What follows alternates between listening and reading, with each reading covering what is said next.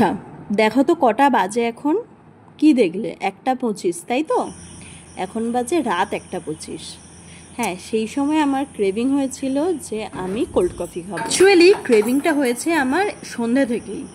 সন্ধে না, দুপুর 3টের সময় সুমনকে ঘুম থেকে উঠিয়ে বলছি যে আমার কোল্ড কফি খেতে ইচ্ছা করছে। ইউজুয়ালি তখন তো আর কোল্ড কফি পাওয়া যায় না, তো সেই জন্য বললো যে কোল্ড কফি খেতে হবে না, এখন ঘুমাও।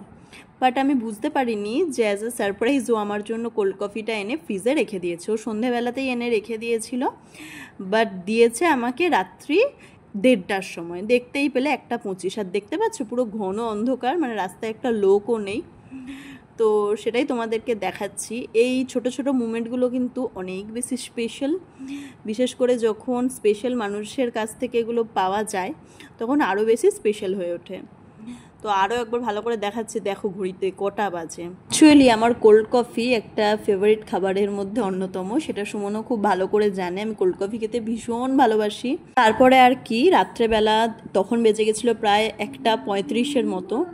ঘরটাকে পুরো একদম চিল্ড ঠান্ডা করে হালকা করে স্ট্রেকে ছেড়ে রেখেছিলাম, আর বাইরের ওয়েদারটাও খুব বৃষ্টি বৃষ্টি। আর এদিকে দেখো পাপা ঘুমাচ্ছে, আর আমি এদিকে একা একাই কফিটাকে এনজয় করছি। তার কারণ হলো পাপাকে তো কোনোদিনও চা কফি এই টাইপের খাবার আমি দিই না, তো সেই জন্য ওর সামনে তো আমি খেতেও পারবো না। সেই জন্য একদিকে ভালোই হলো আমি একা একাই খাচ্ছিলাম, আর সুমন একটু বাইরে ব্যালকনিতে ঘোরাঘুরি করছিল। পরে আর কি আমি একা একাই ঘরে বসে বসে কোল্ড কফিটা খাচ্ছিলাম। আচ্ছা তোমরা তাড়াতাড়ি কমেন্টে জানাও তো তোমরা কারা কারা কোল্ড কফি লাভার আছো। এই রকম ছোট ছোট মুভমেন্ট তোমাদের সাথে ঘটে থাকলে অবশ্যই কিন্তু কমেন্টে জানিও। চলো টাটা, লাভ ইউ।